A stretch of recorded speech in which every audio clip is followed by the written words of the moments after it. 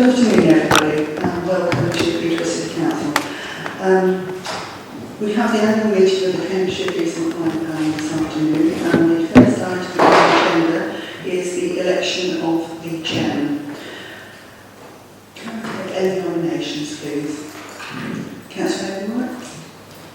Thank you very much. I'll be happy to nominate Councillor number 1. Do I have a seconder, please? Yes.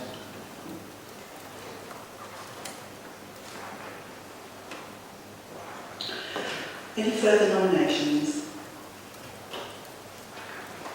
No? Okay.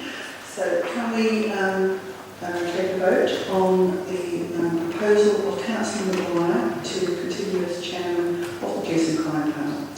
All those in favour?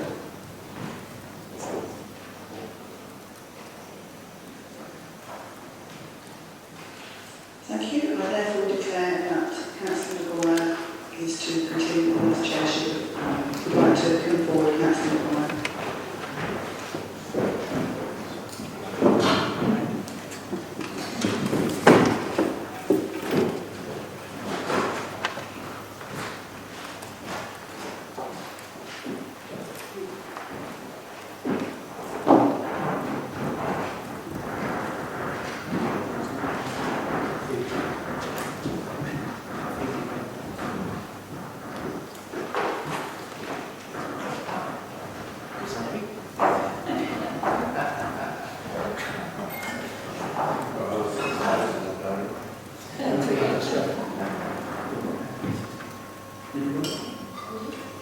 Different system to what I'm used to in the county council. I've never ever sat in any chair like this. This is the first for me. Thank you for electing me as your chairman again for an ensuing year. We were swiftly on then to the election of vice chairman. But I, from the chair, nominate current vice chairman Councillor Jason Ablewhite to continue as vice chair. Is that the seconder?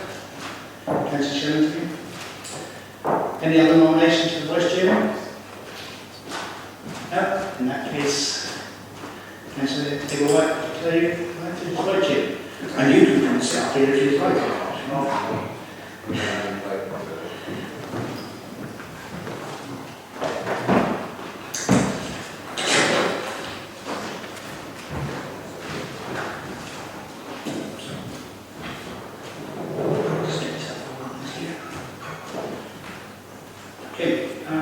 Item 3 on the agenda is apologies for absence.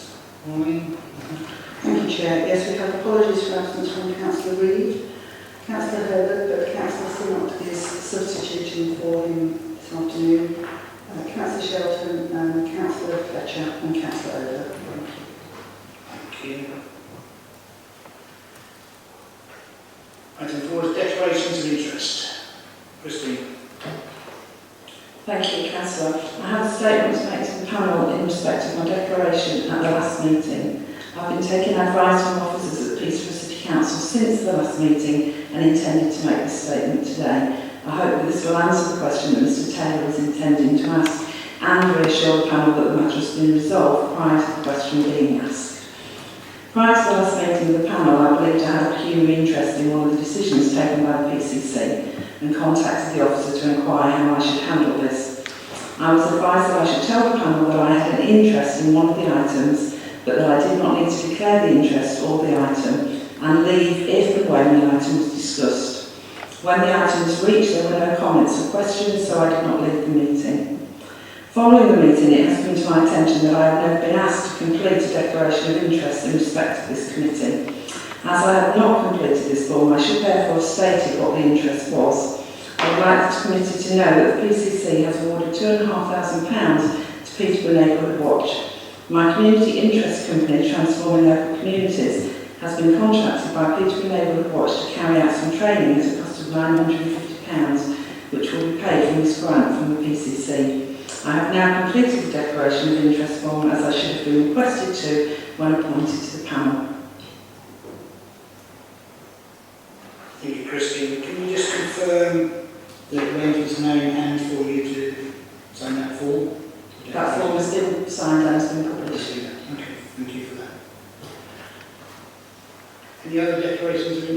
Anything else to suggest? No? Thank you. In this case, I'll move us on to the minutes of the meeting held on the 19th of March.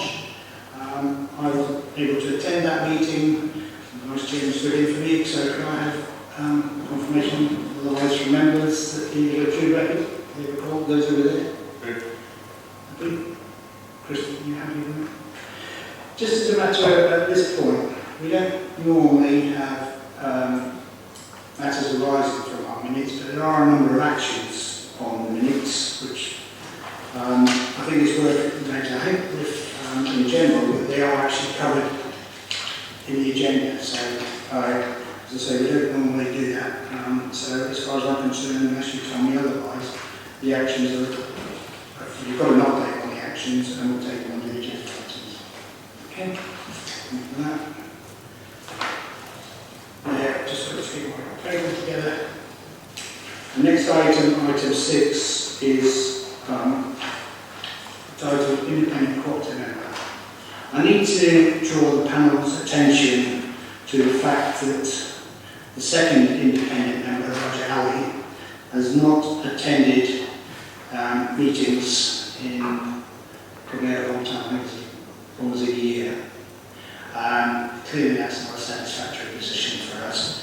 We have, both the Peterborough City Council acting as a secretariat to the panel, and on my behalf have contacted Councillor Alley, asking whether he wishes to remain a member of the panel or to give an explanation as to why he hasn't been able to attend. To date, we have not received a response to those invitations from Mr. Alley. Therefore, under our rules of procedure, I'm going to read out to you paragraph 3.25, which says that the panel may decide to terminate the appointment of a cooperative member of the panel if at least 2/3 of the persons who are members of the panel at the time that the decision is made vote in favour of making that decision at any time for the reasons set out below, and on doing so shall give written notice to the cooperative member. And the first of the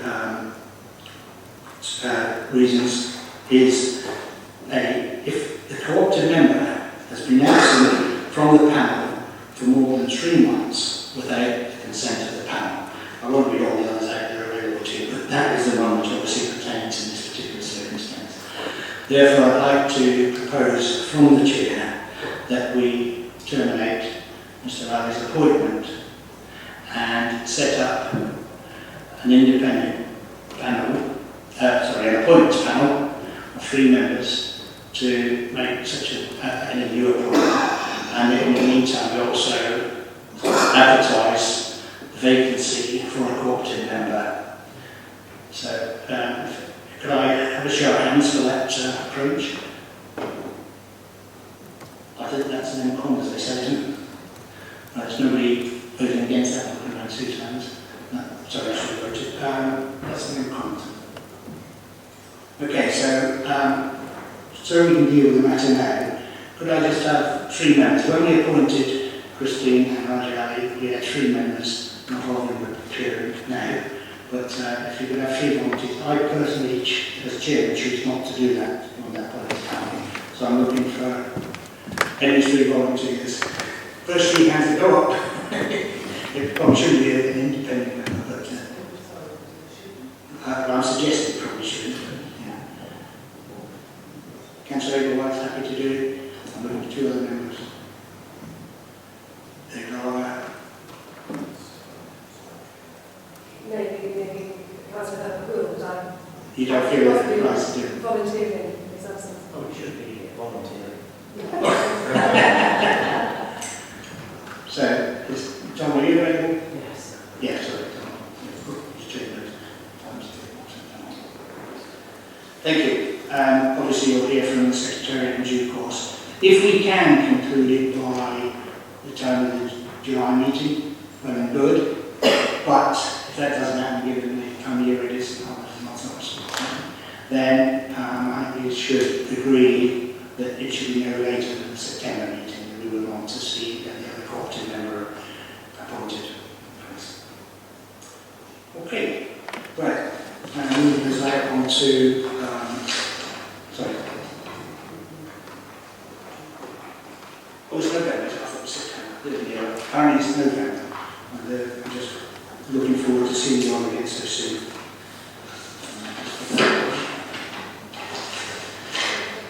We now come to public questions. We have a number of public questions and answers to them, which I'm going to put to you.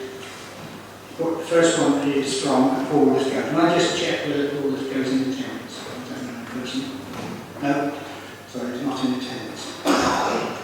And he wrote to me as chair, and I'll read this out. Sorry, it's a bit long-winded, but I'm going to try and probably reduce it. To the chair. Is the chairman aware that I submitted to the panel questions as listed below that were not permitted to be put before the panel, and it was stated in the March meeting that no such questions had been posed or refused, following a question to this effect from Councillor Ablewhite. And on 30th of, and he refers, this is a continuation of his letter to me, on the 30th of March 2014, Pauline Ford wrote, Dear Mr. Lithgow, thank you for your email and questions. I have consulted with the rules of procedure regarding questions for the panel and also the lead officer supporting the police and crime panel regarding your questions and you have responded as below. The questions submitted by Mr. Lithgow are inappropriate for the panel for the following reasons. One, it is addressed to the Commissioner. Public questions to the police and crime panel are questions for the panel that had its roles and responsibility, not questions for the Commissioner.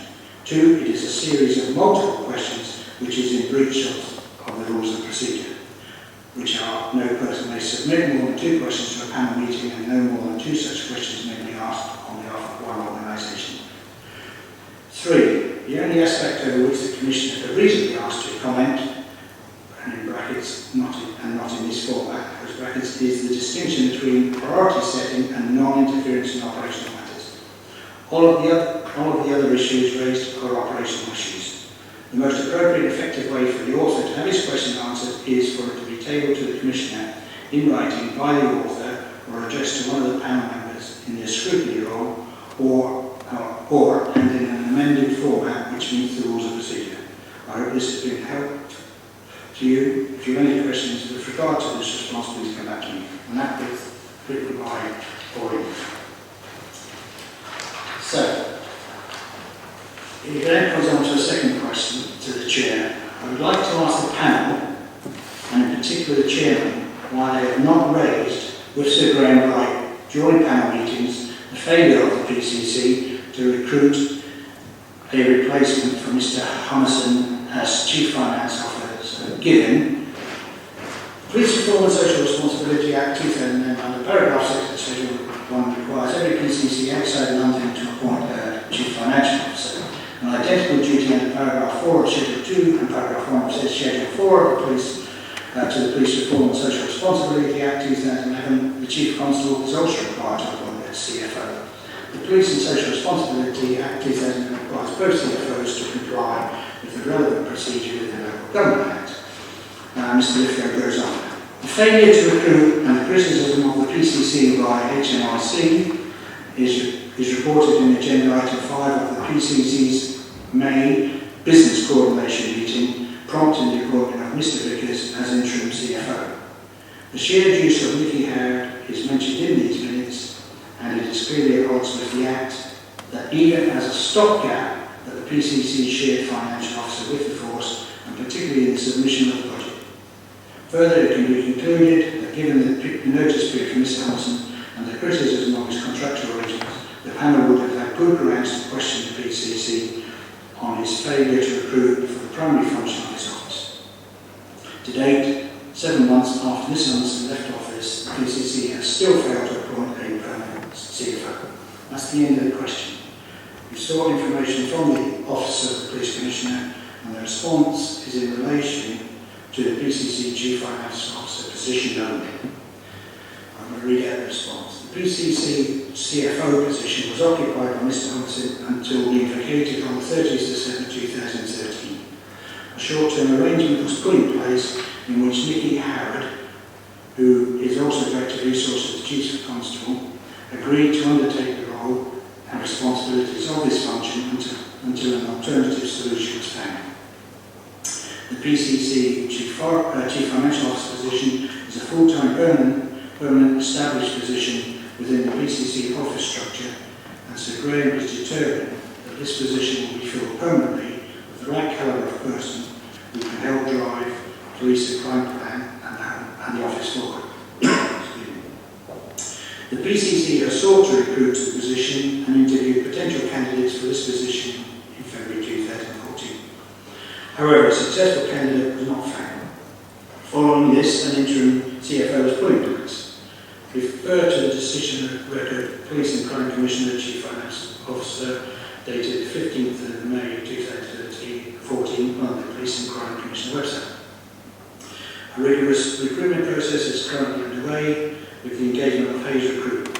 This involves a proactive search for potential candidates that meet the PCC criteria.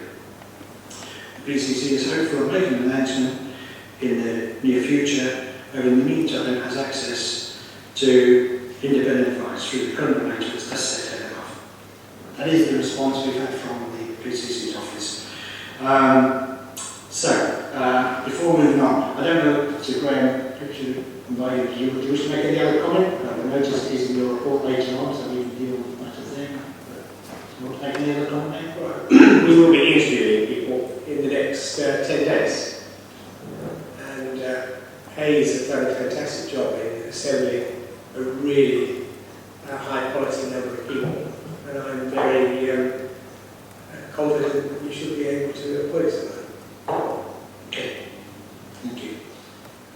As I say, there is a reference to this in the report. There is reference to this appointment later on in the report, so if any members of the panel wish to raise any, can I suggest that you might want to wait? I think I should also say that Robert Vickers has done a fantastic job as the interim. He's done it elsewhere before, and he really has done a superb job for us, and a huge amount of work on the collaboration of working with the other two, because we needed someone strong, and he came out as the strongest, so he's been doing an awful lot for us. Thank you, Mr. Graham. As I say, we could, when we come to do, present the report, to elaborate on that if you wish to. The next question is from David Hankins. Is David Hankins in the agenda? No, sorry. Yes, to the chair. I have written twice to two of the Peterborough councillors who sit on the panel, and 3 times to the third about police community support officers and crime fears. I neither received a reply or acknowledgement about issues which should be important to those who represent the community's interest on the panel. What is the role of the councillors on the panel if they are not permitted to have a view on policing issues and share it through correspondence of someone like me who cares about public service? Now, I'm happy to give Mr. Hankins a personal response from me. I'm also happy to contact those members. I'm not sure even if those members, since he doesn't name them, are still on the panel, but I'm happy to, on behalf of the panel, to contact them and invite them to respond, but also to suggest to Mr. Hankins that he might want to actually address his questions to the panel rather than to individual councillors. He's chosen Peterborough councillors, and he must have his own reasons for doing that. It's probably a Peterborough resident. But I do want to emphasise, in regard to his point, where he says, what is the role of councillors on the panel if they're not permitted to have a view on police issues? Well, clearly individual members can have a view on police matters. We don't care them, so I'm not quite sure why he's making that point. He's making it simply because they failed to respond. I think he's probably misinterpreted why they failed to respond. It's not that they've not out to view. So if the panel's in agreement, then I will respond inviting them. As I say, I don't know who they are. So nobody disagree with that? He's written a further question to me, to the chair. A few weeks ago, national figures were released indicating a significant fall in admissions to accident and emergency hospital wards. This was closely followed by crime figures revealing a major fall in overall crime. Neither of these events was seized upon locally to praise the work of the police, and more important, to ease the fear of crime. Why was this opportunity missed? The response and the information I got back from the Office of Police Commissioner is, while crime statistics are an important measure of which the public can gauge the performance of their local force, they are nonetheless only part of the bigger picture. The Commissioner and Constabulary are forging ahead with work which puts real people, the victims of crime and antisocial behaviour, at the centre of what we do, as opposed to data and targets. Crime statistics are released quarterly and have consistently shown a reduction over a number of years, both by local data and independent British crime survey data. They are therefore regularly featured in the media, with Cambridgeshire working proactively with the press in this respect. However, the integrity of crime statistics has increasingly been inspiring. News coverage of reductions in crime can and has been met with a degree of cynicism by the public. Many now question the validity of this information. As I say, is the response from the Office of the Police Commissioner.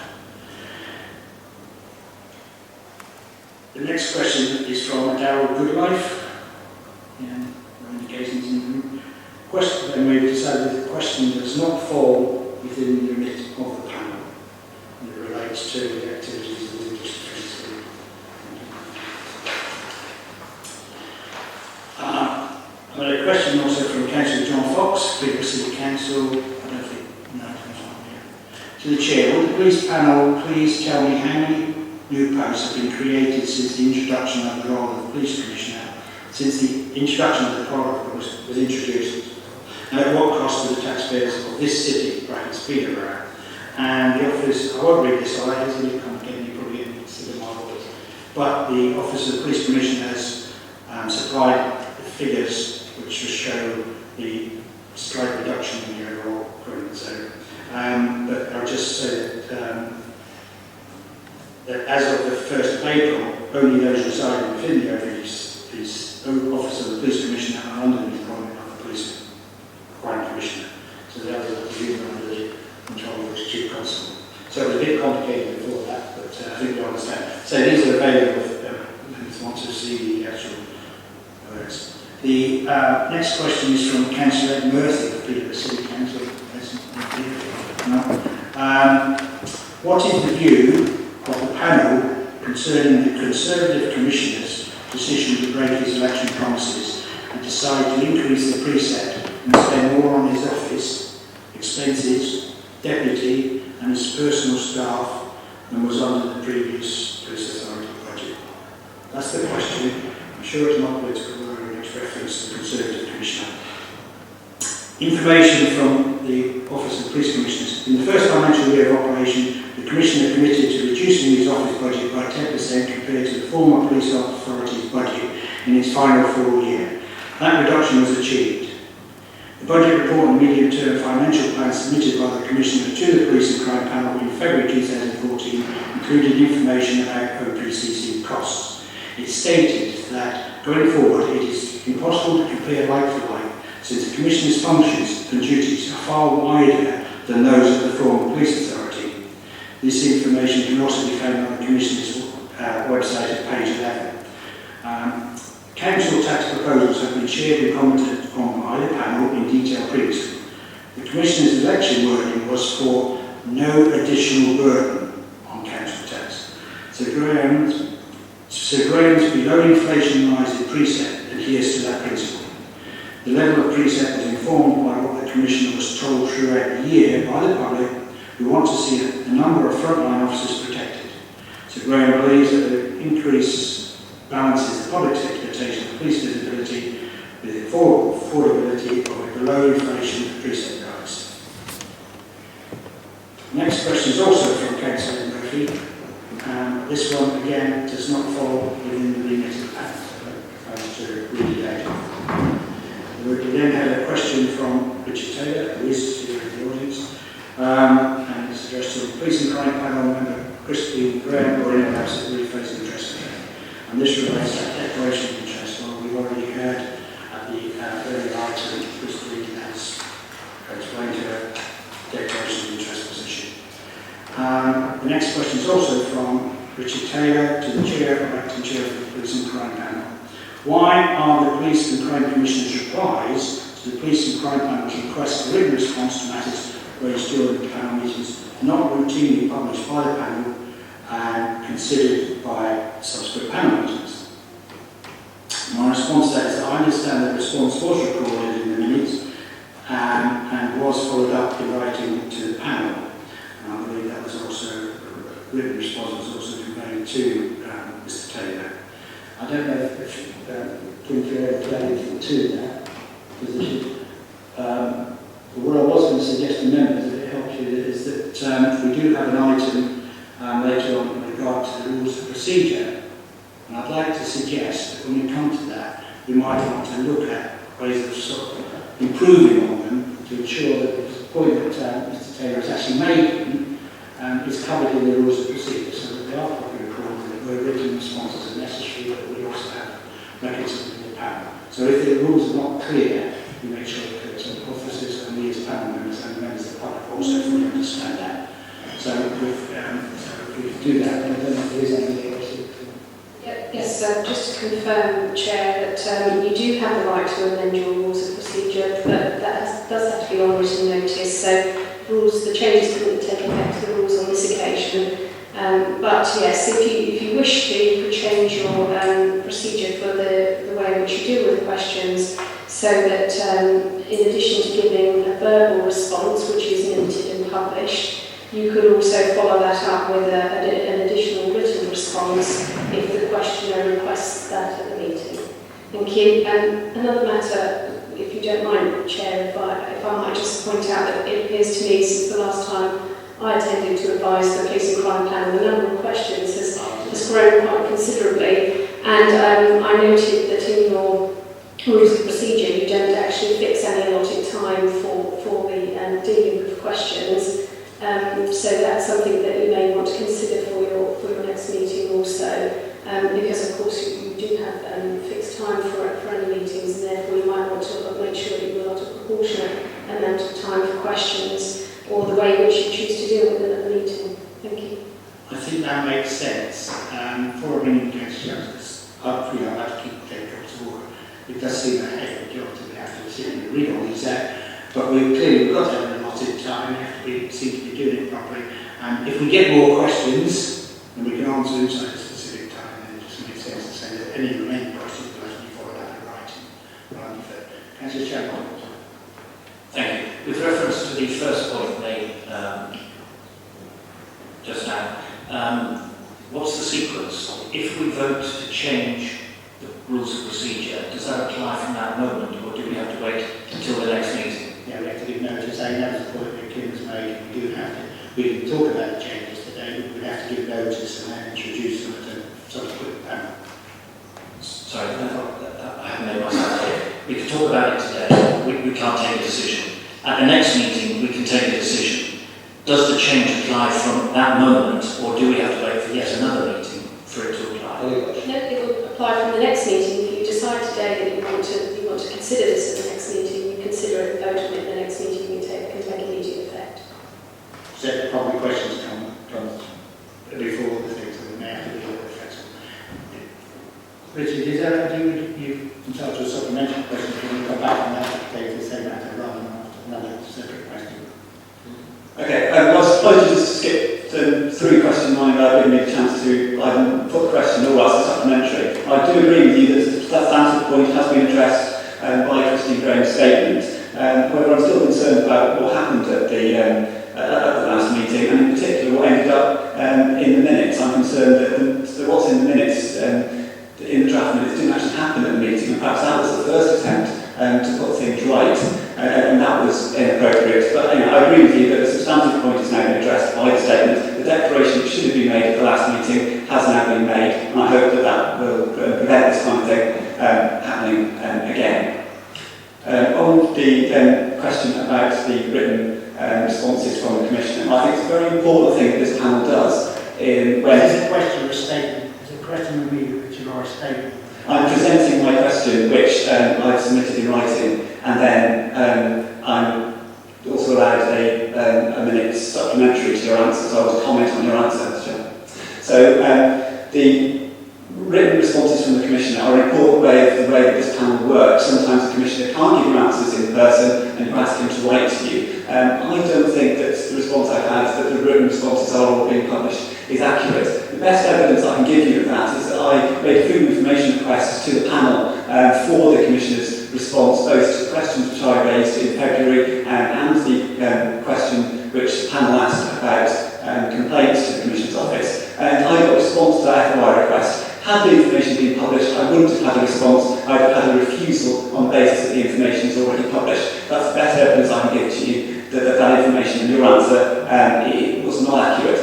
And I think it's really important that you get these written responses from the Commissioner, both published and you actually consider them at a future meeting of the panel. I think if you had considered the Commissioner's response to the questions which I raised in February, that you would have seen how important the written responses are, because the Commissioner said, when I was questioning the accuracy of some of the things that he had said, that I shouldn't be questioning him on the basis of what he said, giving oral answers to this panel. Now, that shows you how important it is that you do things in writing. And the questions I was raising are substantive matters. They're things like on eSIMs, this data sharing website. The Commissioner repeatedly says that all it stores is information about people who come into contact with public services. Whereas the Cambridgeshire Community Safety Partnership is told something completely different. There's a lot more information in there. When he talks about ECOPS, he's been telling us that his new alert system is comprehensive and it enables people to find out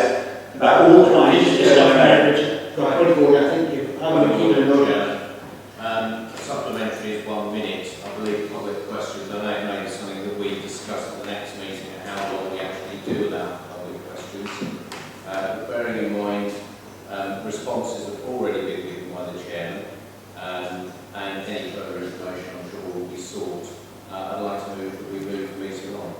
I take from board your order and it's appropriate to do so. Thank you, interrupted, because I'm really keeping an eye on that. So thank you, your points are noted, and as I said, we will be looking later on to the our rules of procedure, see whether we need them.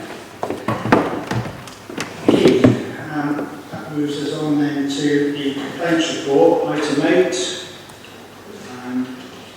So we have this paper, I'm just looking down quickly and see who's going to introduce the paper. Ian, thank you for that help. Let's see who's on the top. Ian, over to you. Thank you, Chair. For information, we haven't had any complaints from the panel to consider since the last period. There was one item of correspondence that was referred to the panel. However, the decision of the panel was that this did not constitute a complaint against the Commissioner, and no further action has been taken. Thank you. Members are asked to note details of the report. Are you content? Thank you. Item 9 is the report of, again, you're going to introduce this is based on what I've just been talking about, the rules of procedure. As I say, we can talk about it if we want to look at and then changing it. Just had an explanation given back to the Cambridgeshire as to this sort of thing. So, again, Ian, do you want to introduce the actual report? Yes, Chair. The rules of procedure were agreed last year, and paragraph 1.4 in the rules of procedure, as you'll know, says that in the first year we make a mid-year review, and then annually afterwards. Therefore, in my considerations for any of the rules of procedure we wish to be amended at this point, well, we would point out that much of what is already in the rules of procedure was based upon the Government Association's best advice and practice at that time, and a lot of what is contained is also set out within the legislation and requirements of the panel. Thank you. Just pointing out that in 5.1 it explains how such an amendment can come about, and the next steps also explains a little bit of the panel. So, could I suggest then from the chair that I propose that we restrict the time spent on public questions to 30 minutes, and we amend, I think it's 7:30, it's covered in section 7 under appendix 1 anyway, which goes on about how questions are asked, but the restrict that period to 30 minutes and have that written into the procedure. So again, we will have to give written notice of Secretary, obviously taking those notes now, and we'll bring it back to the panel at the next meeting. In terms of how we're going to deal with questions not fully answered at the end of the allotted period, will be answered in writing within 7 days. That need not change, but we have specified the allotted period is 30 minutes. Right? And that includes, obviously, time for any supplementary questions. Okay, is there any members who want to raise anything else? Such Councillor Jones? Thank you. I was listening to what our speaker said. It did seem to me that there was a possibility to improve in terms of openness, the way in which questions are responded to and the opportunity for this panel to further comment on them. And I wonder if his suggestions might be considered at the next meeting. My own view back on that is that yes, I think we do have to consider, I think we have to remember we have to be transparent, we have to be seen to be doing things properly, and if there are any shortcomings in the way we do it, I'm not clear in my mind that I don't think we'll ever please every member of the public who asks questions, because often it's not the fact that their questions are answered, that they may not like the answer to the question. So I think that needs proper. So could I suggest then, it's a bit difficult to sit here and do it all now, so unless anybody has got any specific wording they'd like to see, I'll look to you, Councillor White, to thank you, Chairman. I think also we do need to clarify whether it is a question to this panel or a question that should be directed at the Police and Crime Commissioner before the meeting, because you had a number today which were really, quite frankly, not for us as a scrutiny panel or to all intents and purposes, but actually should have been directed straight for an answer from the Commissioner.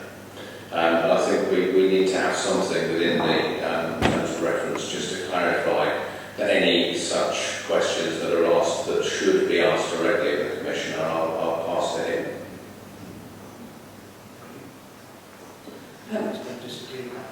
Christine. I think the point about limiting the time is really helpful. I think we need to be very specific in our rules of procedure about how we're going to do that. So are we limiting each person to a certain number of questions? Are we saying that we're taking in the order that they are, asked of us?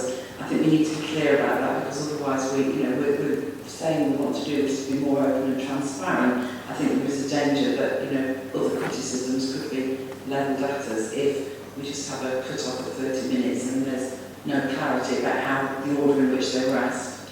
I would normally respond to that in taking it in response to how they're, who comes first. I would simply do on the basis of whoever asked the question first, because clearly if there's any tail-end charges, are not going to be me, it would be unfair if they were put to the front sort of thing. So I would suggest that we do on the order in which they're received by the Secretary. As to the other parts of your question, they are actually covered, because members of the public only are allowed to ask, hopefully, questions relevant of the panel, but only a maximum of 2 questions. So if the public participation is covered in paragraph 7 in the appendix 1, so if people wanted to double check on that, and as I say earlier on, apart from the suggestion that's already come forward from Councillor White, if anybody wants to do it, they can please let the Secretary know as soon as possible.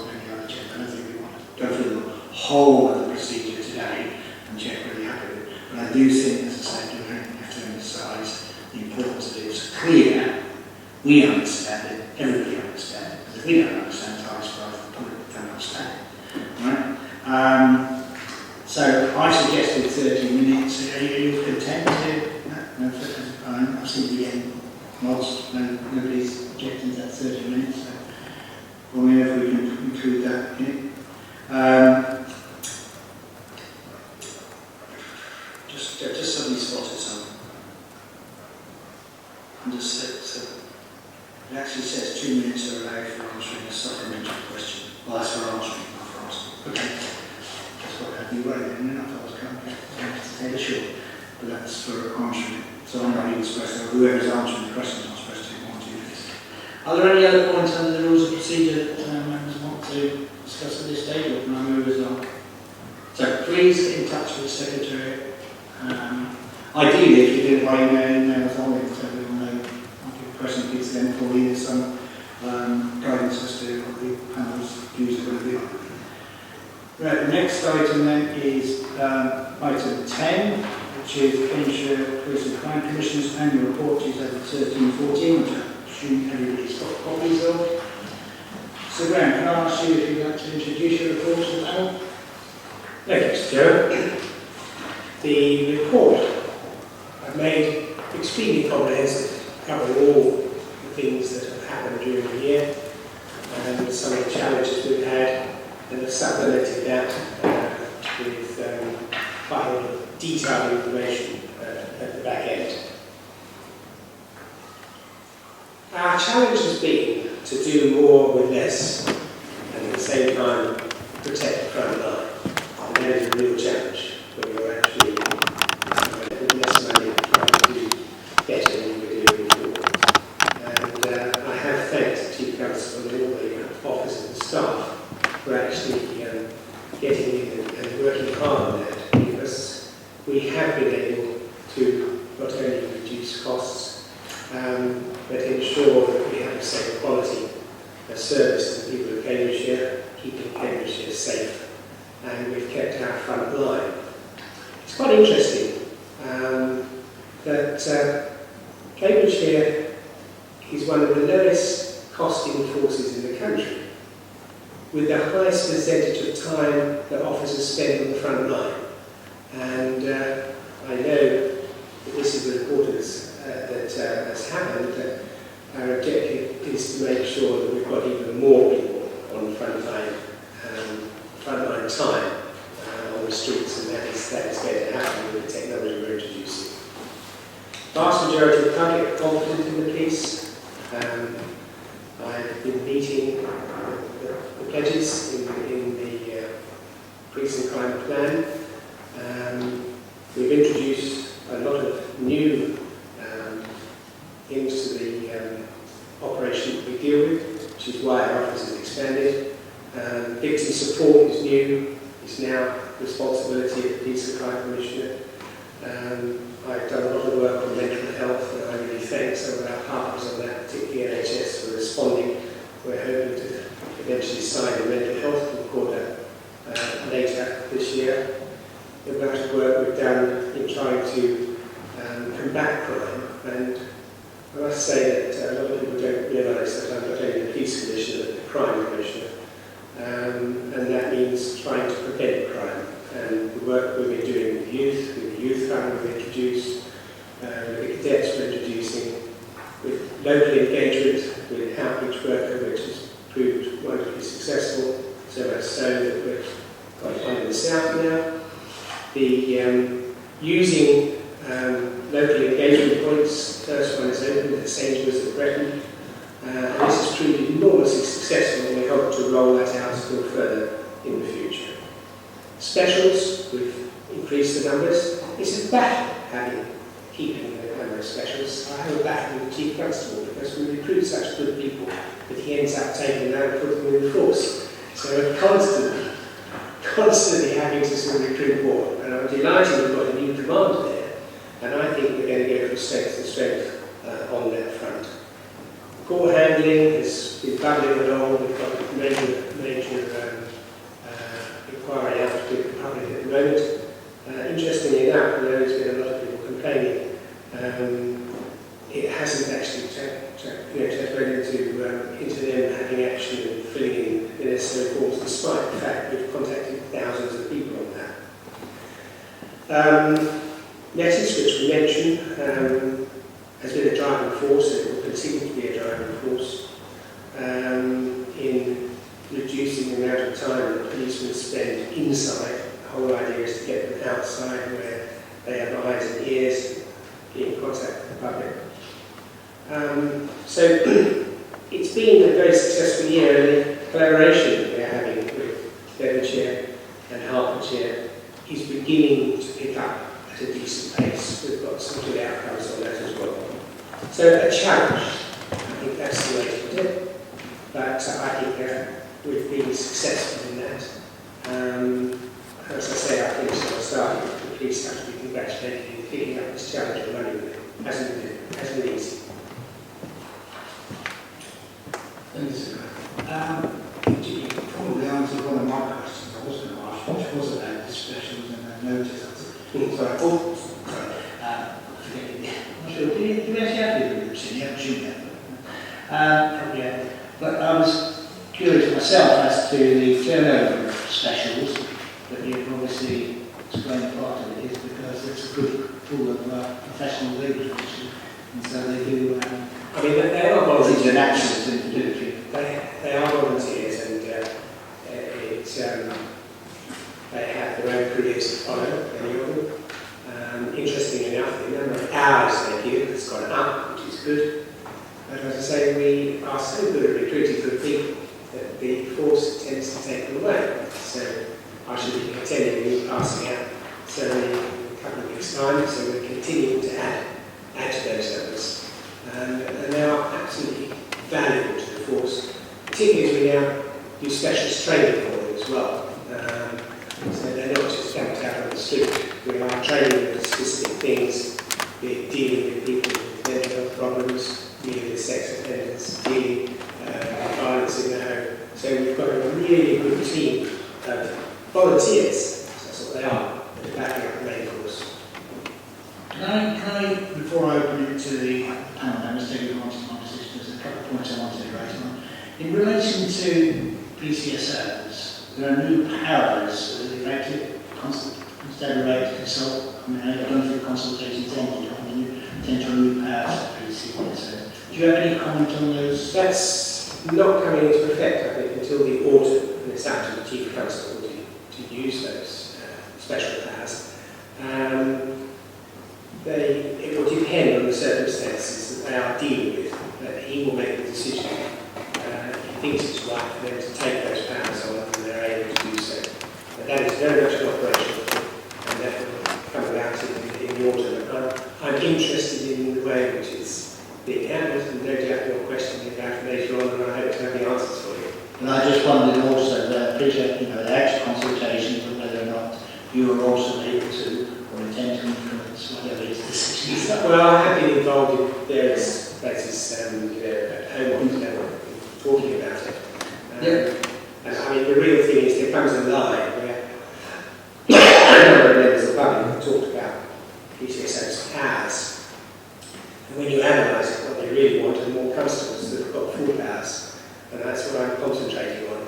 But using PCOs wisely within the force, and the Chief Constable having the option to give them additional powers in certain areas. It wouldn't necessarily be county-wide, it would be in certain areas, will make them more effective.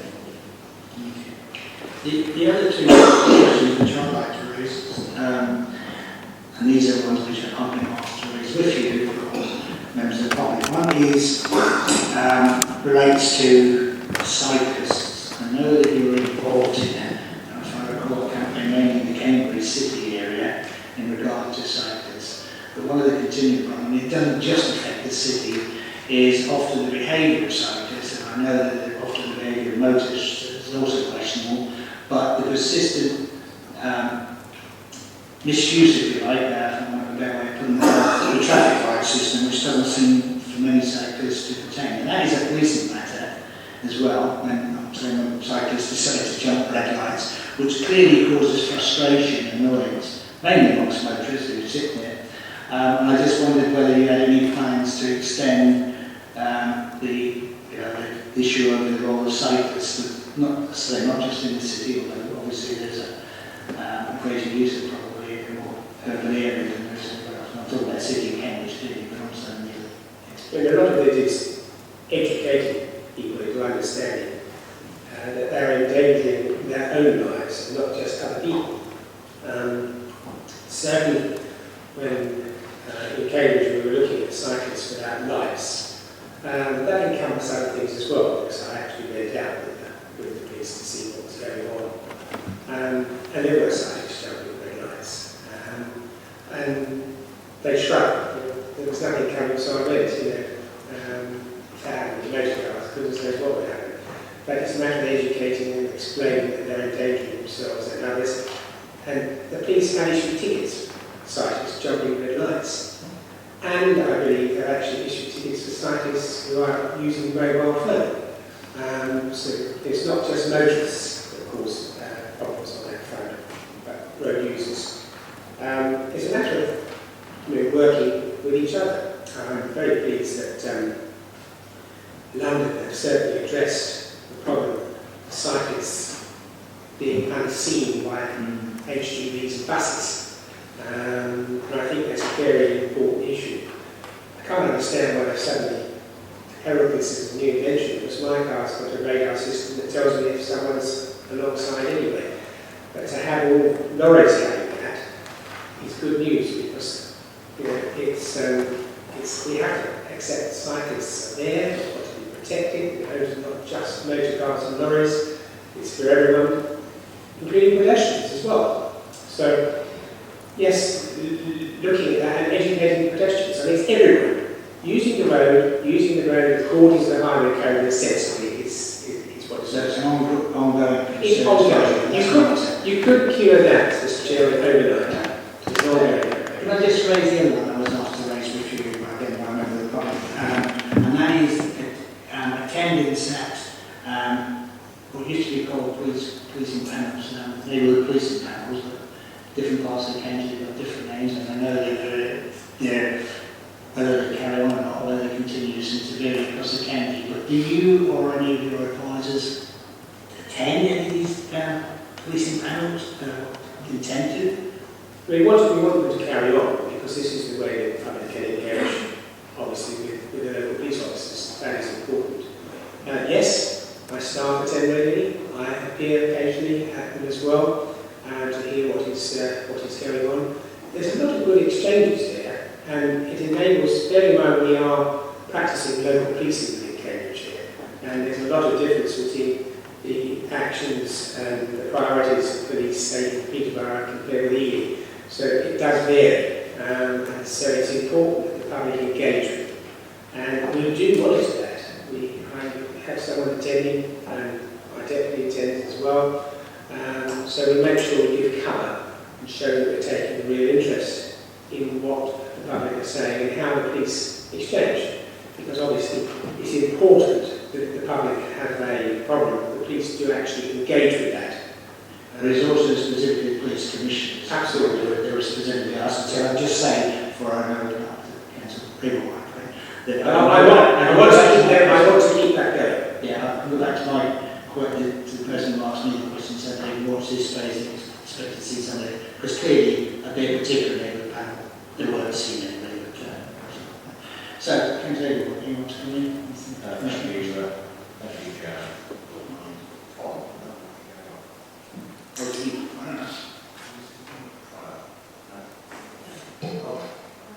Oh, there we go, we're on now. Thank you, Chair. So, Graham, obviously this whole report confirms what most of us know, that Cambridgeshire is one of the safest places in the country to live in, which is to be welcomed.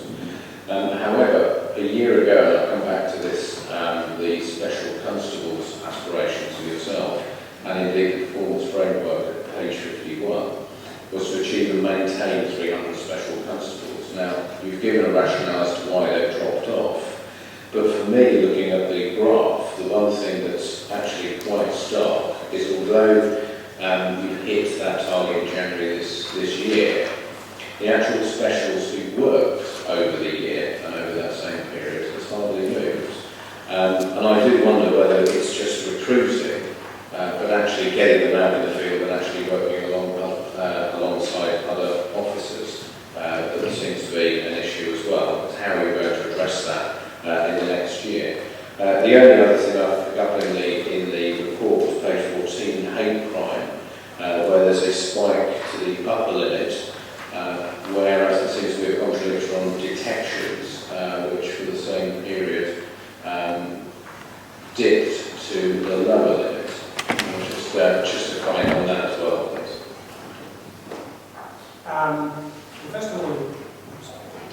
First of all, in terms of motivating the specials, we do have a new commander who's only recently taken that position. And he's got lots of ideas. He's always sort of started to motivate through. I'm delighted he's engaged with my office on that, particularly on the side of volunteers. So I'm looking for great things coming out of it. You then flagged up hate crime. This is quite tiny. The actual crime itself is quite tiny, but it's also very serious. And it's something that's only recently started to come into people's minds that we've got this. And there's a lot more out there that we're picking up, because obviously people have to report that. Are they taken seriously? You bet they are, because it is a very important area. They can destroy people if you don't watch out. And we've seen instances of that in the national press. So we do have to jump on it. But at the moment, it is relatively small, can be dealt with, but it is going to grow. I'm actually certain of that. More and more people focus on it, and we've just got to ensure that we've got the resources to deal with it. So, if I may, Mr. Chair, so you don't feel that would be aligned to any resource issue. Certainly not. And bear in mind that we've got letters coming on the street that will free up more people. It gives us the opportunity to deal with that. See, the fact that crime is changing, it's like, if you were short of cash, you'd go and sort of rob the post office or the bank. And nowadays you have cybercrime, which is, down out of sight, almost out of mind. And again, it's an issue that a lot of effort's being put into, not just from Cambridgeshire, but working with other forces, in particular the city. But it's something that we have to encourage people to talk about, people to report it. One of the problems on that front is that some of the larger organisations, like the banks and the big stores, don't like a lot of publicity, the fact that someone has sort of got into the system or abused one of their cards. So we are trying at a national level to engage to make sure they can be dealt with, because cybercrime is, without any doubt, going to be more and more an issue that we have to deal with.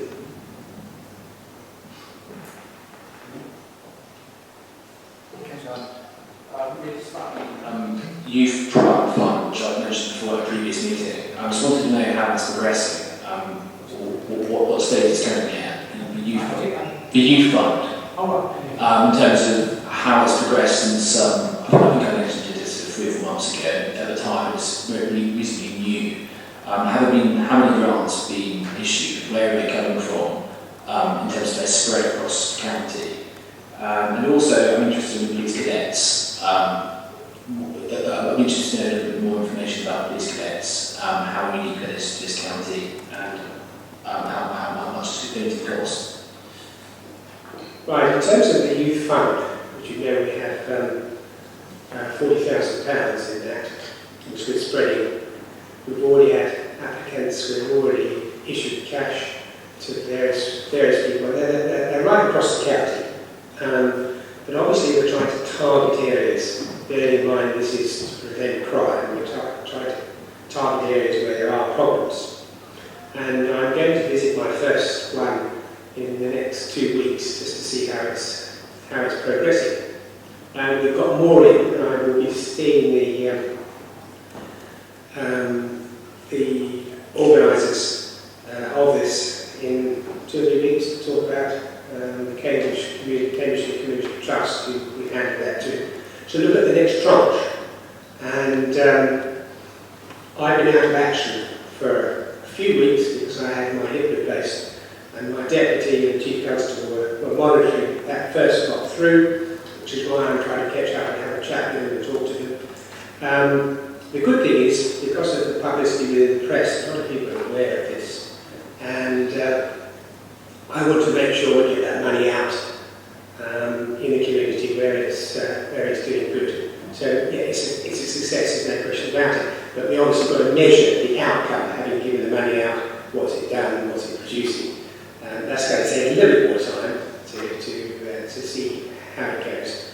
But from what I've seen, it looks as though money's going in the right place. In terms of the police cadets, we've done this carefully, and looked at the whole scheme, because what we wanted to do was ensure that we hit the right area and targeted the right people. And I'm obviously very keen to bring people into the cadets who will benefit from that, people who perhaps could go off the rails, but you can't fill the whole cadets full of those people. You've got to balance it out. What we've chosen to do is to work alongside one of the large academies in Peterborough as our starter. It's one of the biggest in the country, actually. Where, of course, there is a spread of youngsters. I think there are 2,400 in that particular academy. We are providing them with uniforms, and I thought that was absolutely essential, because if we didn't provide them with uniforms, those who come from perhaps a family that hasn't got so well off would stand out, because they wouldn't have a uniform. There would be half of you would say everyone is providing a uniform. So they're smart, and we are going to get them to join up with PCSOs on various patrols. We get them where you've particularly got a big function and you want people to help marshalling in the car park. They'll obviously be helping on that front. We are going to train them and linking up. We do their Edinburgh's awards, so that follows through as well. And involving them with the police so they understand what the police is about. I actually think, having talked to some of the youngsters, because I know the scheme doesn't kick off till September, we're sort of getting the whole thing ready, we might have some recruiting there because they're so keen on what the police are doing. I think one or two might want to sort of follow through and come and join the police. But that's not the objective of it. The objective of it is to give youngsters something to be proud of, and to ensure that they don't sort of go off the rails.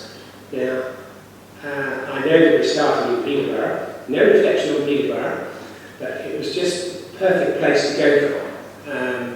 We will be moving that around. We can't, obviously, I haven't got the funds to put it everywhere, but certainly Peterborough and Cambridge are areas we want to look at. There are other areas such as Wiz Beach, which I really think we need to look at in that respect. And I'm anticipating 4 or 5 groups over the county in due course. But we wanted to make sure we got it right. It would be easy to pile into this and get it wrong. We have now someone in her office who's looking after all the voluntary side, and we pop that into our portfolio. Really good lady. I've got great hopes for that. So, our efforts towards young people should, I believe, start paying off within the next year. Thank you. And thank you, Mr. Gray, for your most encouraging report, which I read with interest. You may recall at a previous meeting there was a fairly extended discussion sparked off by Councillor Over, who isn't here today, about the visibility of PCSOs. I recently had I was going to say pleasure, but it wasn't a pleasure, of sitting in Brampton Parish Council's annual assembly, being harassed by Trevor Levitt, who, if you knew him, you would recognise as a truculent and persistent speaker, who said, "We never see no PCSOs down in Brampton." And I've spoken to the PCSOs and they say that's not true. For me, this is a question of public perception about the role of the police and the visibility of the police. And I wondered if there would be ways of making the hours that the PCSOs put in visible to people, perhaps retrospectively, either in the press or on the website. Or can you think of some other way in which people can have confidence that even if they weren't in when the PCSO cycled past their door, there has been activity in your village this week? Yes, it's something that we'll possibly be able to do once we get our new technology in place, because it will actually monitor where everyone is and has been. It's quite possible we could do that. But the PCSOs work really hard, and they get sort of pretty upset when they say they're never there, they never do anything. They are. And then, of course, the PCSOs more than the police are visible because they're on foot. They're not sort of skating around. They do have to move from village to village. We know that. It's part of an overall rota, it's part of that overall policing system that the Chief Constable obviously sets up. They work very closely with the police and indeed with the specialists. I mean, they're all a team. One of the things I'm terribly conscious of, because people say to me quite a lot, we never see policemen. I'm very pleased I don't see too many policemen in my village because it means we're pretty crime-free. But that's not the point. The point is that people like to be reassured. And with Operation Lettuce, it will free up police to be outside, not to go back to the police station. The amount of time that's consumed by policemen going back to the police station is enormous. They will be able to stay outside, they can make the reports in public while sitting outside a coffee shop or whatever the case might be. And also giving visibility. The more I can introduce the sort of program we've got with St. John's of Breton, where police are there. And it's quite amazing, I have to tell you this, that the number of people who normally wouldn't ever engage with the police, coming in shopping, seeing them, talk to them. And that's what it's all about. They can see the police. And what's more, they have some interesting information they often pass on to the police about their concerns or whatever the case might be. But it would be feasible once we get a new technology, but literally having a live map to show where people are, because it would actually do that. We'll look at that because, yes, they do get out and about. They are there. They get most upset when you tell them they've never been there, and they have. We'll have a look at that in due course, because one of the things we're going to do on our information contact points ultimately is to have a screen. And it could well be that that screen will show anyone. You'd be quite amazed exactly where the police are at any one moment. You coming back? I'm not sure. I think that showing where the police are is a terribly good idea because it might direct malefactors to places where the police aren't. Where they were. Yes. I mean, I think a note visible to people who go on the web which say the PCSOs spent 4 hours in Brampton last week, rounded to the nearest house, so we don't need it by the minute, would be very reassuring to you. Councillor Stokes. I just reiterate what I said earlier on. PCSOs and police are where they're required. In other words, if you've got lots of people, lots of activity, they need to be there. If you've got a crime area, for some reason it's built up, they're going to be there. That's important. And I think people should be reassured that if they need a policeman in a hurry, then they've only got to dial 999 and one will be there.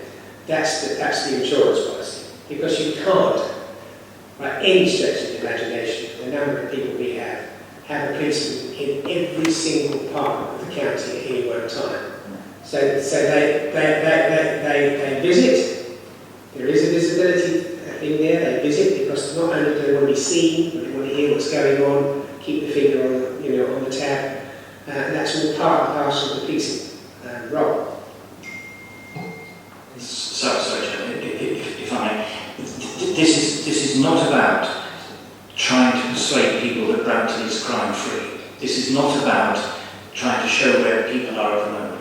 All we want is something, and it is not about saying there's been nobody in Brampton for the last 10 minutes. What we want to know, what Trevor Leonard wants to know is, police officers have been in Brampton at some stage during the last week. And that seems to me to be a perfectly reasonable request. And you were talking about methods. Do you have any idea when we might start to get this information?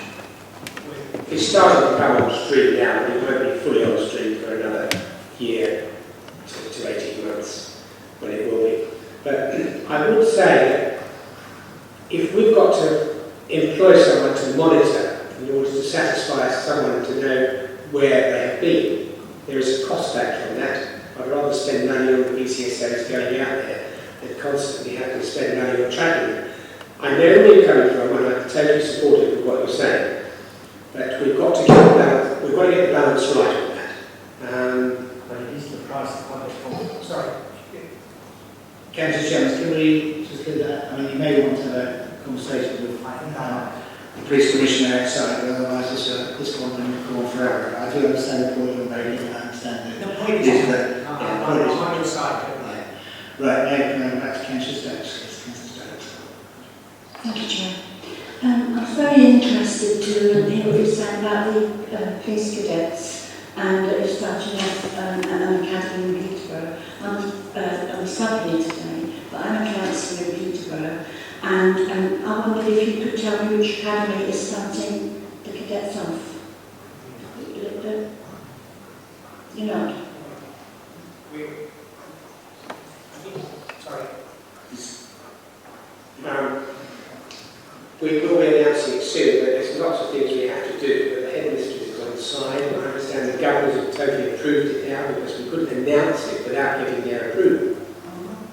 But we will be announcing it very soon.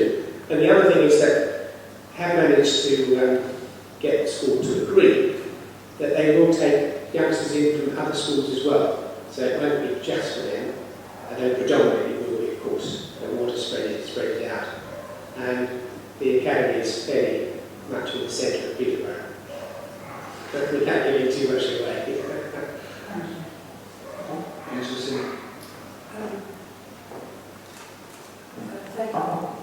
That's okay? Yeah, okay. Just, can I just make a brief suggestion? Yeah, okay. Free lunch. Can I just make a brief suggestion in relation to the point you raised? Could a key individual be identified in the village? Yeah, and for the PCSO to check in with them? And then that key person could pass on information to the rest of the village? Just a suggestion. Okay, Can I just say that's what Neighbourhood Watch is all about. And we're really trying to spread that to make sure we've got Neighbourhood Watch everywhere, because that is the key individual who the police officer can liaise with. Well, then the PCSO could check in with them, wouldn't they? And say, I'm here, I've been here. Okay, I noticed somewhere in the report a reference to 101 service, and that the target for calls to be answered hasn't always been met, and you're hoping for improvement, which would be good. I just want to know that yesterday it came to my attention that someone held for 17 minutes and their call was still unanswered, and they resorted to email, which means that the incident that they were concerned about wasn't actually officially reported because an incident number isn't assigned to email. Okay, so that's just a comment. Sure. I'm very keen with that sort of report. That is something we want to look at. You know, what was the date they did it? Can they remember the time? And have they got the telephone number they dialed from? Because we can check that back to find out what went wrong. Because believe you me, I mean, that is quite abnormal what you just described. It's counsellor colleague, so I can find the information from you. Okay, my questions are around, I noticed lots of talk about victims, but no differentiation of victim type. And I wondered, victim partners, support for victims, and undoubtedly that's a welcome development. I do wonder at what point victims are differentiated. Is it only down the line or after this point? I mean, victims, victims of acquisitive crime, violent crime, domestic violence, murder, violent murder would be different. That's ABH, GBH. Victims covers a huge... To my mind, a victim is a victim. And, it's a big issue if you are a victim of crime, whether you've had a purse stolen or your house ransacked. It's the same issue, and those people have to be looked at. Certainly you can differentiate by saying, well, a rape is a more sort of important issue, but they are all as important as one another. Now, the idea of having the victim hub is that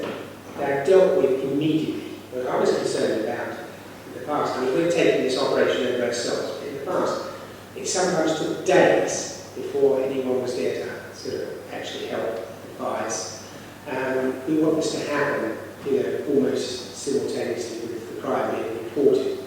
It's going to be a lot of work put into that. I'm absolutely thrilled with the team we've got together with this. But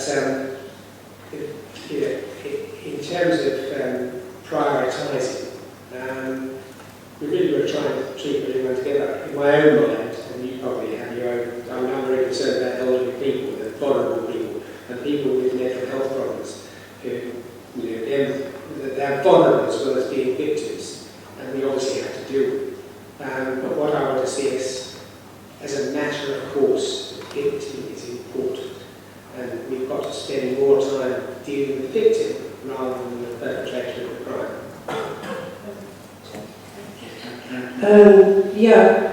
I will accept that, but some crimes are easier to deal with than others. Victim of acquisitive crime is much easier to deal with than rape or knife crime. But what I'm concerned about, what I'm basically really concerned about, is that data gathering around different types of crime is not being lost. That's basically my real concern. Data gathering on crime is very important, and crime recording is very important. Obviously, reports in the national press. We've been audited quite recently by the inspector on that. And we have to make sure that when crimes are reported, they're reported properly, and when there is a crime with a victim, that is dealt with properly. Now, bringing victim support in-house, if you like, to our own operation is going to make it easier. You may be interested to know that Cambridgeshire is a pilot scheme on this, and Dorothy's done a huge amount of work on it. We are piloting, we're putting this out. The rest of the region are going to sort of follow us on what we're doing. We're setting the whole thing up. And I'm going to be watching this very, very carefully because I really care passionately about victims and how we deal with them. And talk to me about it again, particularly once we start going. We start the operation in October, November, and I'd love to sort of show you what we're doing, and you're welcome to go and have a look for yourself. And any good suggestions, we'll take it on board, I can assure you. Thank you.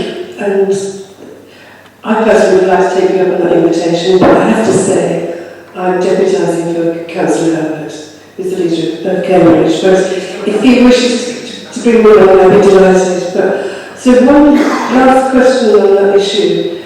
By bringing this in-house, can you assure me that the staff who are dealing with victims of all types have the specialist skills and knowledge to deal with those victims? For instance, just to mention my particular area of interest, victims of rape and victims of domestic abuse have very distinct needs, and they need specialist skills in order for their needs to be met. So, can you assure me?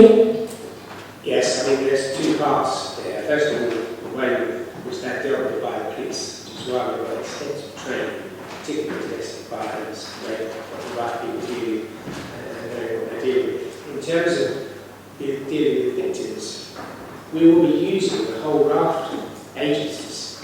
Our hub is what it says, it's a hub, and we will be engaging other agencies, and we'll go on contract with them so they are specialists in that particular field. We're not in any way going to sort of suddenly take them over ourselves. There are people from the current sort of victim support operation who are working with us, against people who sort of specialise in rape. We'll be talking to them. And this is very much a partnership operation that we're running. The hub is to make sure we don't miss anyone and ensure that it's passed on and they're dealt with. So you haven't got to worry about us sort of sending the wrong person. I mean, the whole idea is to get the right person to the right victim. Thank you for that. Can I ask my second question, please? And that concerns Metis. of course it's always good to move forward and take advantage of technology, but I'm somewhat concerned about the police themselves. The absentee rates I see have improved somewhat, but they are still rather high. There have been a reduction in the number of officers, and I wonder what it must be like if you're a PCO in front line, that you no longer have a base to return to, that you're on the move all the time, that you might well be tracked all the time. And I just wonder if you are intended, have you started, or are you intending to collect data on well-being and impact of well-being and possible mental health issues of the police themselves? It's known, research has shown that in admin settings, that hot desking, which is a kind of parallel, when someone doesn't have their own base, that it does impact on well-being, emotional health, and in some cases mental health as well. So I'm concerned for our police. We need them, we rely on them. We need them to be well. They will of course have their own base, but they won't be sitting in the base the whole time. They'll be out. That's the whole idea. Metis, what Metis does, it gives the policeman everything he requires to deal with any situation. It takes away paper. It is informing him what is going on. If he arrests someone, he knows what he's got. It's giving him lots of information the whole time he's out there. He can even book his holiday. He's got absolutely everything he wants on his slate or his mobile. The trials we had so far, the police have been absolutely delighted with it. I can't tell you, because when I was being sort of told about this, they wanted to show me it working. I said, no, I'm going to go out with the police and find out. And I went with a sergeant from Wisbeach, and he was over the moon by what this was enabling him to do. And in fact, when I was with him, because of the information that came in, they were able to sort of arrest someone who had stolen the car. It was then and there. So it's making actually their life a lot easier. I mean, if you imagine yourself out, you arrest someone, and you have to take a statement, you then have to go in, you have to write the whole thing up, and you then have to fax it to the headquarters. What you're doing is you're in charge yourself. You're not relying on someone typing it correctly at headquarters. Your report goes in as it is, goes straight through, and interestingly, the judiciary are accepting the paperless side as well, so it makes the whole thing more efficient. And it will actually give the officer more time, because he doesn't necessarily have to be charging around all the time. We just talked about police being visible. I'd love to see the fact that he hasn't got any work on, that he can actually sort of walk about the town, or, as I said, sit outside the coffee shop and talk to people. That's where we're going to.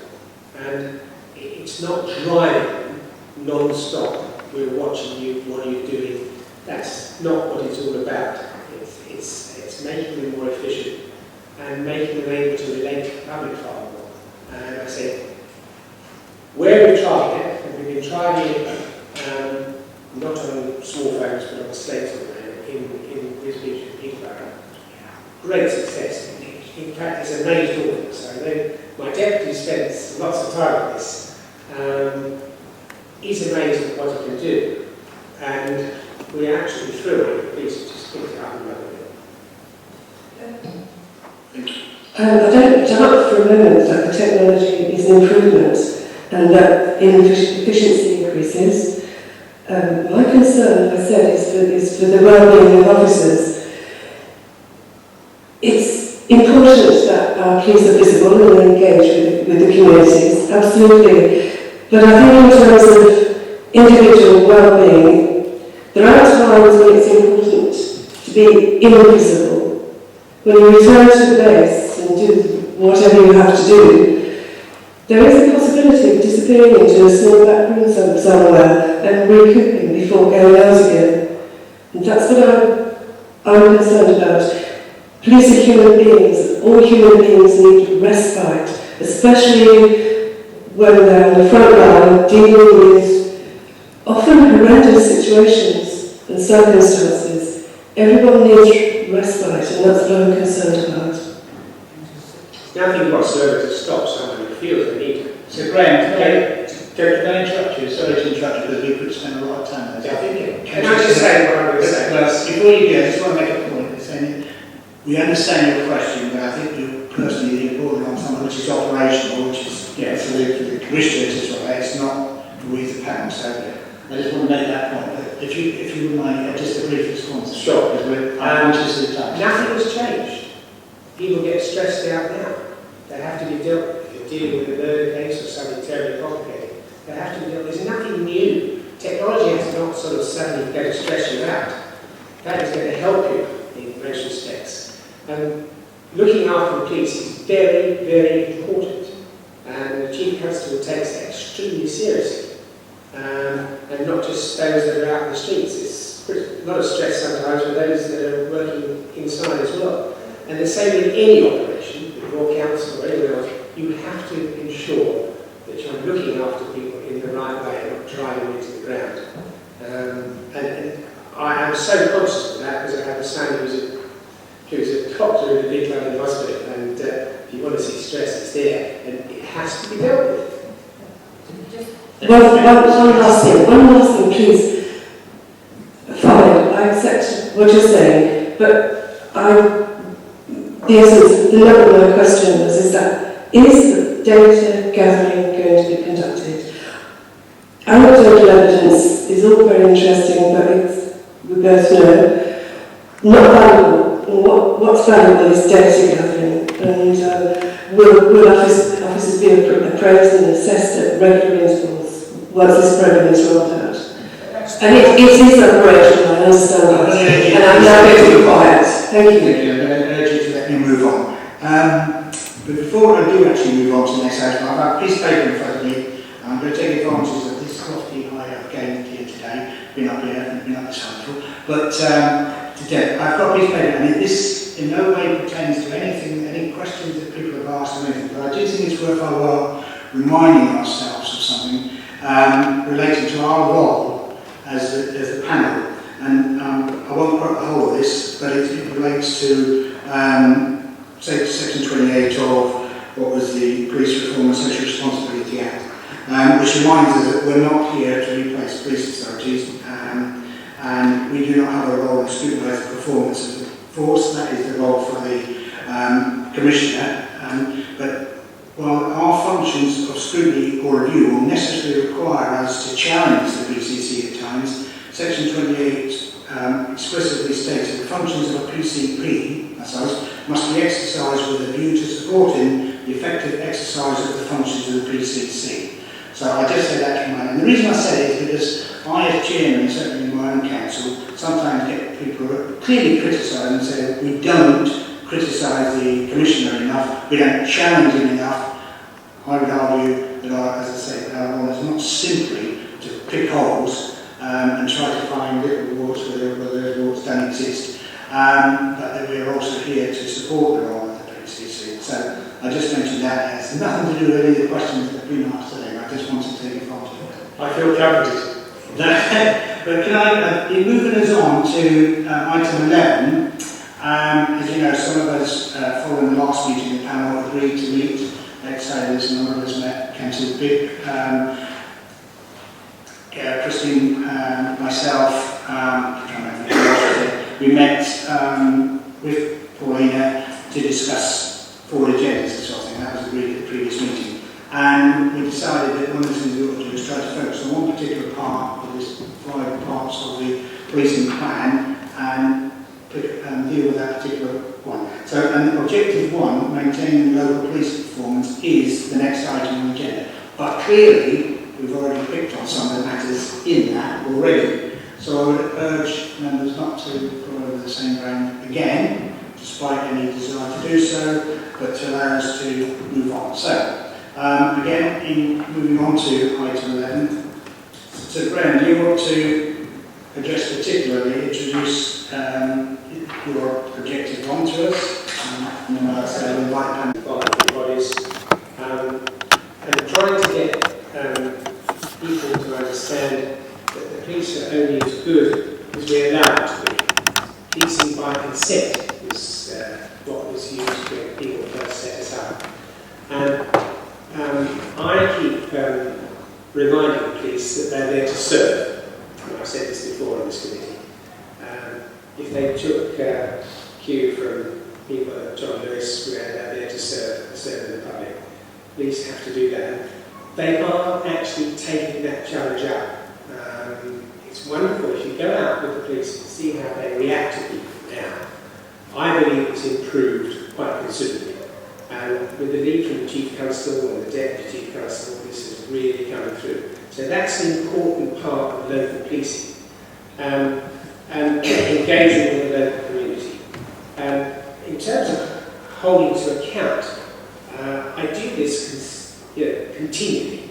We have a board meeting once a month, and I always look at various issues that we need to sort of bring about, ask the police for a report. We can then discuss it with them. We hold them to account. That's how we hold them to account.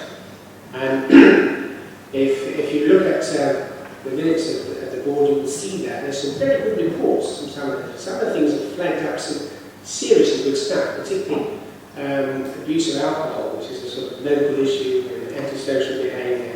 A fantastic report which I've been able to act upon quite a bit and talk to some of our partners, and in particular NHS and some of those wonderful voluntary bodies that help us on that front. So I think we're being very active on local policing. You'll always find something that wants us to, that we should be looking at. And if I get told about it, I can assure you it's always discussed. And if we feel we need a report onto our board from the police, then they will give us a report. And that allows me to hold them to account. I would say we've covered so much already this afternoon. I don't think there's an awful lot more I can add to that. Call handling, we did touch on, and I'm really working hard on that. At the moment, we've got a survey out, and it's quite interesting. What is coming back or isn't coming back, and it's better than we thought it was without any doubt at all. And it has improved considerably. When I came into office, I remember testing it out myself and finding it took 10 minutes for the call to be picked up initially, which wasn't on. I gave them the target of 30 seconds. We're hitting about 7 seconds now on the first pickup. What we're working on now is the secondary part. And we're a huge amount of work going into that, right across the force and from my office to make sure we can actually deliver it. Because, again, coming back, localised policing, we're there to serve the public. And if we can't sort of answer their phone calls, we're not serving them. So that is another important thing. And I haven't let that go. And you'll find 7 reports back to the monthly meeting on this, where I've queried it, pushed it again, and shall be doing so again. So Graham, question for me. The board you referred to, can you explain a bit more? Who is that board? Who runs the board? Who's on? Well, the board is chaired by myself, and members include my deputy and the chief executive. They include the director of estates. They include the finance director. They include the engagement director, and then from the police side, we have the chief constable, deputy chief constable, assistant chief constable, and various others, according to what I'm questioning them about, will be there. So it's slightly movable, but that is the board. But it is a joint board, not a board of the PCC. I chair it. I chair it, but the police are involved with that as well. It's a joint thing, and obviously it needs to be joined out, otherwise I can't hold them to account. It's a very business-like thing, and I do spend quite a bit of time between boards, talking to various people in order to judge the sort of items that should go on the agenda. So that there is targeted, very specific, and if we've got a particular problem in one area or not, you will know immediately because there it is at the next board meeting. Thank you. Councillor Shelley.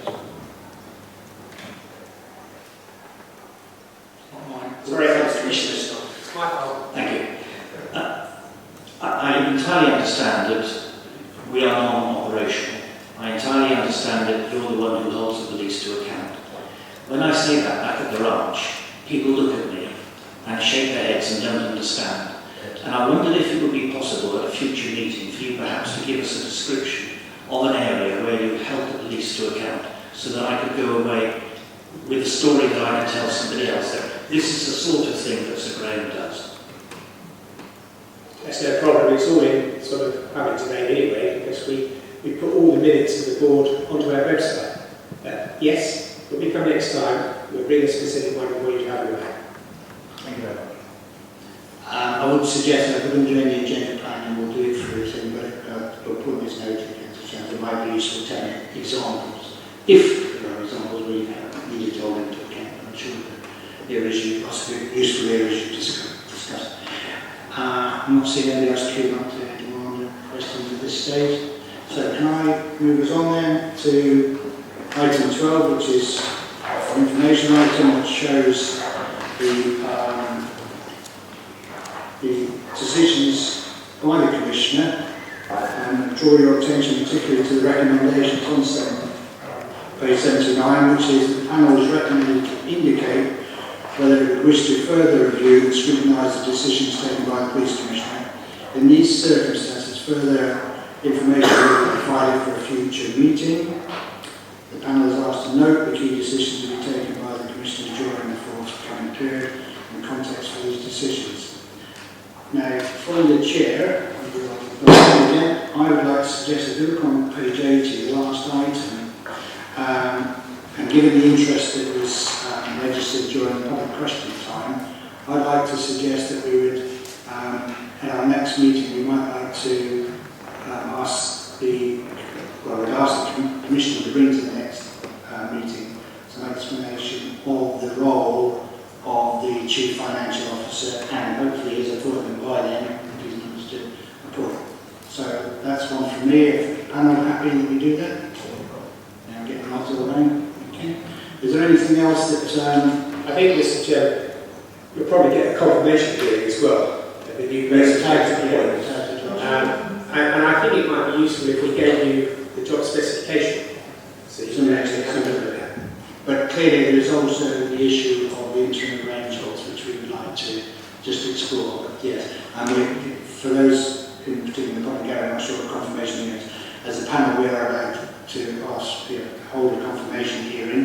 We don't have the powers to veto the appointment, but that sort of appointment anyway, but we are able to have a confirmation hearing and we will endorse or make comments about the appointment as we see fit. Is there any other questions that you would like to pick up on this point? No? So I'm assuming you're happy to agree with recommendations. Thank you. So, item 13, the final item is the meeting date and agenda plan.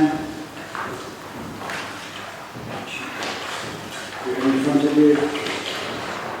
I don't know whether all of you wish to raise anything on this, or any guidance on in terms of the agenda plan. If not, is there any comments, any amendments to say? We will at some stage have to have that confirmation hearing, and we will have members meeting in between to hopefully agree the appointment of a co-opted member.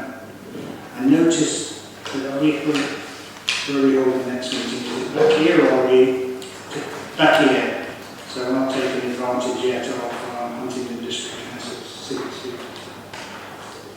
Okay, so there's nothing else on the agenda. Then I look forward to seeing you all at July.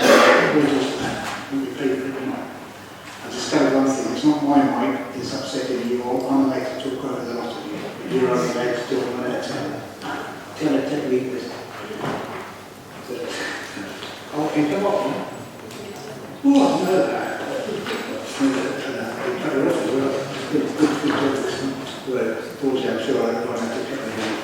Okay, that brings us to the end of the meeting. Could I just thank the Commissioner and his colleagues for attending with us again today, and to thank the panel members, particularly new members, for joining us, and look forward to seeing you in July.